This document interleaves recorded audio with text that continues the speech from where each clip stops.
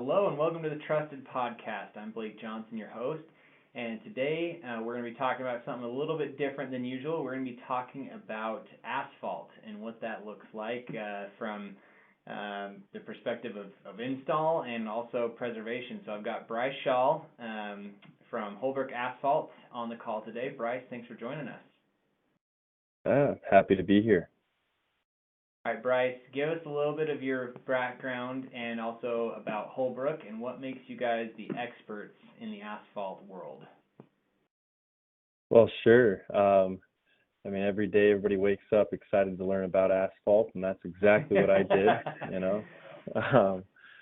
I feel like I would just start off by saying what separates Holbrook from other asphalt preservation companies is just purely the educational background. We focus so much on making sure that homeowners, property owners, people that own these asphalt assets to be able to save money, and education is power, and really allows people to be able to save those dollars when looking at asphalt. Myself, I've been in asphalt preservation from 2014 to present. I've gone through and I've been part of a few different educational programs, one of them being with the International Pavement Management Association. So I do have my credentials. As far as I'm aware, I'm one of the only ones in the state of Nevada, which allows us to be able to credibly give the education on asphalt preservation. So that's about it.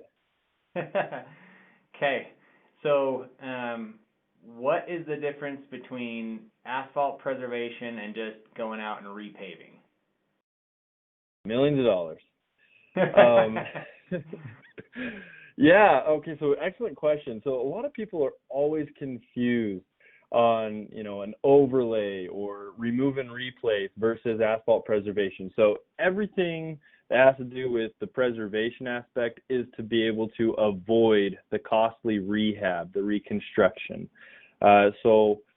In layman's terms, the way I explain it to our students, across the state, is really it's all about the preservation, as in keeping that asphalt in good condition, so you can avoid having to replace it for many, many years to come. Okay. So why should the average person even care about preserving the asphalt? That's the city's job to make sure we have roads to drive on, or my HOA or my apartment complex's job. Why should the average individual care about it? Because most people are not aware of how expensive it truly is.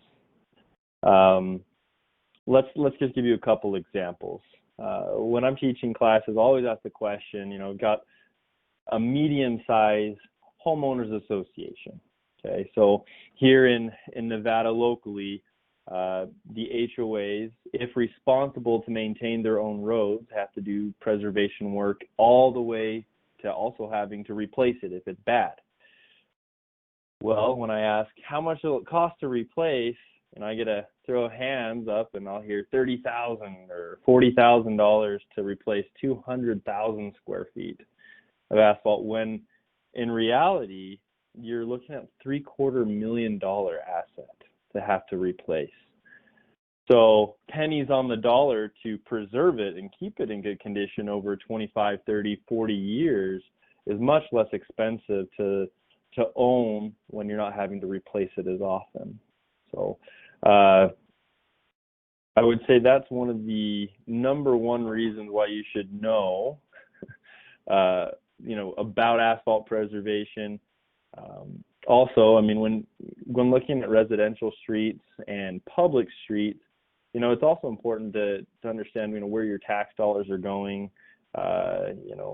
also where they're spending that money. Are they really doing a good job out there? Why is there a pothole on the street I drive home every day? There's just so much that goes into it, and why are they doing construction on it every single year at the same exact spot? Exactly. And honestly, there are legitimate reasons for it. And it's not always a good reason. It could be just because they're not maintaining the streets properly. So, yeah, we all drive on these things and run on these things. So you might as well, since you most likely use it every day, should know a little bit more about it. That's just my opinion. Yeah, I think it's going to translate back into dollars in your own pocket, because if you're a part of an HOA or if you're part of an apartment complex and they have to replace that, guess what? They're not going to pay for it themselves.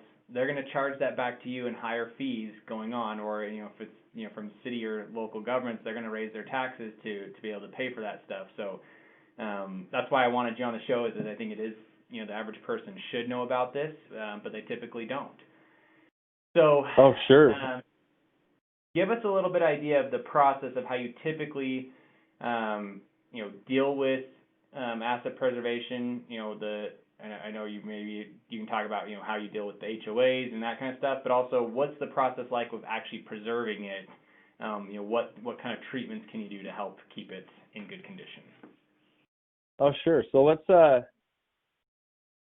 talk a little bit about, man, so many good options here. Let's talk about the HOA side first. Okay. So first off, let's say you live in an HOA, which most of them do have to maintain the roads. Okay. So you have your private roads.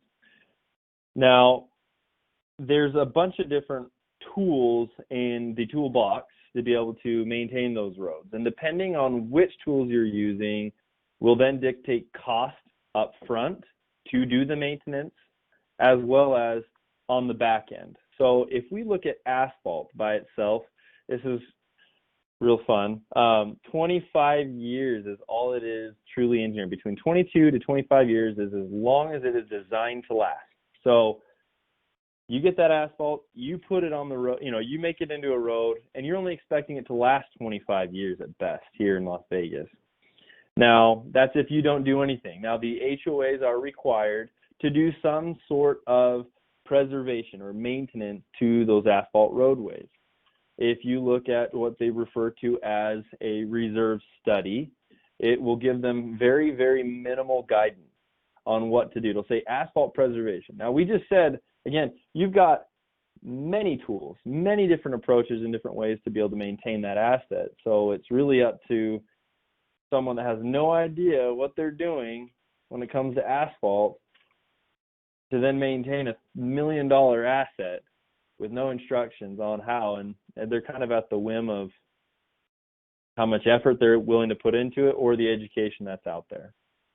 All right, so stepping into looking at the different tools that are available to them, the most common term that we hear is slurry seal. I'm sure you've heard of that word before.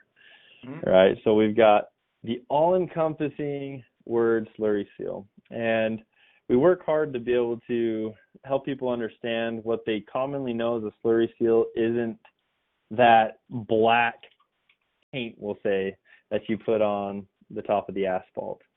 Okay, so these tools in the tool bag, they have actual specifications, they have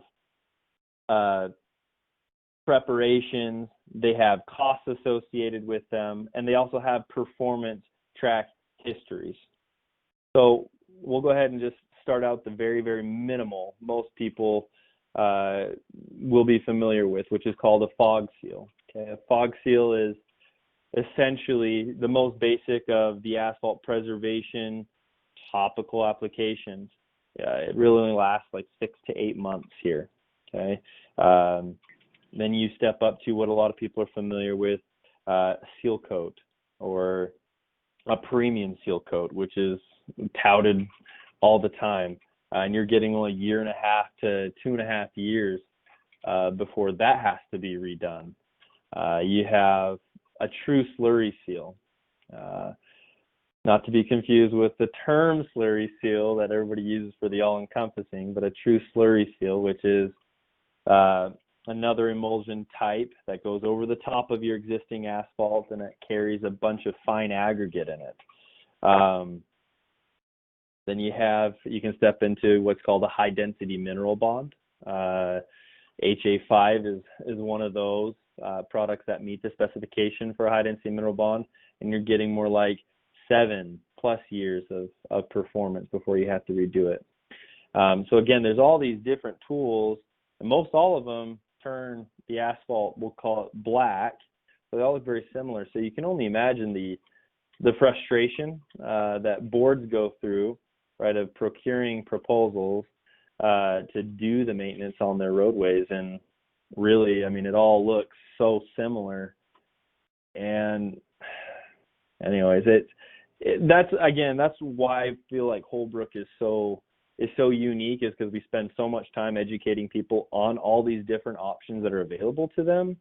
So that way they can kind of go out and be armed when they're looking at proposals and know the difference between them. Otherwise, I mean, it's going to be a crapshoot. So those are kind of your basic preservation topical surface treatments.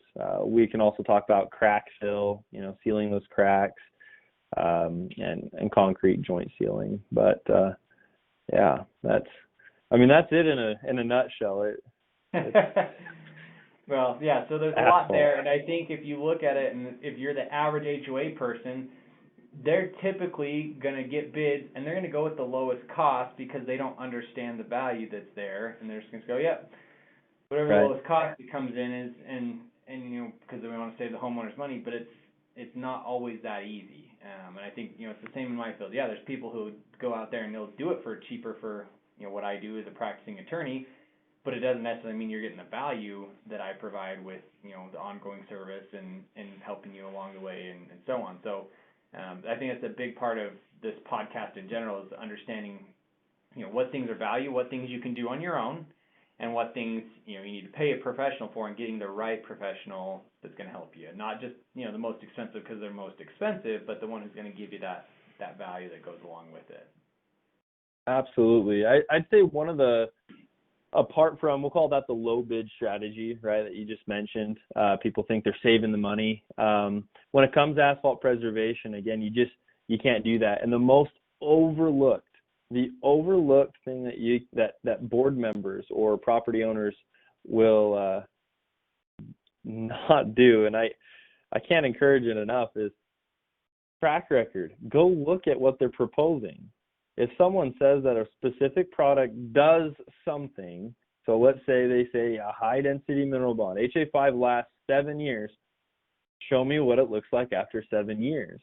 One of these slides that I have on one of these CE classes that I teach for the state of Nevada, I've got this funny example of this HOA couple that they're going out car shopping. They want a red Mustang, they want 400 horsepower, and they want a black leather interior and a red exterior. So then the next slide that pops up, it shows the two cars that fit their description. One's a salvage, all beat up and completely something we probably wouldn't be looking for, and the other one is the Mustang that they're looking for that has the same criteria. Both of those match, right? Both of them are red vehicles, both of them have 400 horsepower, black leather interiors. But if the couple would have just gone to look at the vehicle, they probably would have just, oh yeah, we're going with this one. We're not even looking at the price. Maybe there's a $15,000 difference, but just by visibly seeing, they automatically know what they're really looking for. And that's exactly how it is with asphalt. I mean, you go and you put something down, there's a track record of it. And I think too many people get too excited about the before and after picture, on the asphalt, and get sold on the marketing fluff that there is out there. Okay. That was a long way of explaining that. Sorry. Yeah, it's all right. Who is the typical group or person that you deal with? Is there, do you have a typical homeowner who maybe has a driveway they need done, or is it more of, are you dealing only with HOAs? What's kind of the people that you're typically dealing with? Okay, so I'll speak to Holbrook Asphalt as a whole first. So public agencies, public agencies and private associations, homeowner associations, is where we 90% of the time are working and focusing our attention in. Here in Las Vegas, well, in just Nevada in general, we typically do more work with the homeowners associations, just because they're required to maintain their roads. Gotcha. And that's the people that are generally looking to save the most money over time. Okay. What are the biggest mistakes you see people make with how they preserve their asphalt? I mean, is there something like the individual can do? Is it just, your stuff, or is there anything the individual can, or the HOA can do on their own to help out with that preservation? Absolutely. So first off, stop deferring the maintenance, right? So if you're not an asphalt expert, don't just assume that your asphalt is in good condition. At the same time, don't assume it's just going to fall apart tomorrow, okay? So that's the first thing. So go out and look it up. I mean, you can use holbrookasphalt.com, pavementpreservation.com. I mean, there's a lot of great resources that are out there that you're able to, become more familiar with what is pavement preservation. But the average Joe, I'm going to just put into context for time's sake. Let's say they live in an HOA, go out, look at your roads, and then look at the roads around you. If you're just more aware of what's going on, you're going to find yourself in less of a pickle. So again, the general rule is if you're noticing there's something off about your asphalt, you're usually already past the point of having to do something. Again, referencing some of the examples, I love to compare it to sunblock. You don't wait until you're sunburnt to put sunblock on. It doesn't really help out that much. Maybe a little bit, but you're already fried. So same thing with the asphalt. It's starting to oxidize a lot sooner than when you think it's needing. So, for example, we're all familiar with seeing those cracks in the asphalt. That's caused in this region most of the time is going to be from your oxidation from the sun and the little bit of moisture that we receive. Once you see those cracks, that means you're past the point of being able to eliminate those cracks from showing up, right? You can't just erase cracks. So, by keeping the road when it's in good condition and being proactive and keeping it in good condition, you'll be able to have a much better looking street, as well as it's way less expensive to maintain over time. Okay. Anything else that you think we need to cover that the average person should know about asphalt preservation? Yes. So since I work so much with homeowners and owners of the asphalt, I would just really, really encourage you to actually go out and see what's out there. Most people, I'm guilty of it in other facets, I'm sure, of whether business or shopping. I will often think that I'm doing a really good job at looking up and weighing out the pros and cons and educating myself, but really it's just a snap decision on price or of what I think, right? So don't just get sold on that snake oil because it's going to make your roads look amazing. Definitely, again, just do your research, become educated on that decision before you pull the trigger. So that is a question I have. Why? It's only Vegas that I've ever seen this where you walk on the street and your shoes are jet black and it's oily and it tracks everywhere in your house. I've never had that issue anywhere else in the country. Why is that a problem here? Okay, so I'm going to answer that in two different ways. Okay. All right, so here we have some serious sun, We know we have a lot of sun and it bakes the heck out of everything that's in it, asphalt included. Okay? So your asphalt itself, the whole reason that we're putting this preservation material over the top of surface treatments, okay, is to actually protect it from the sun and moisture.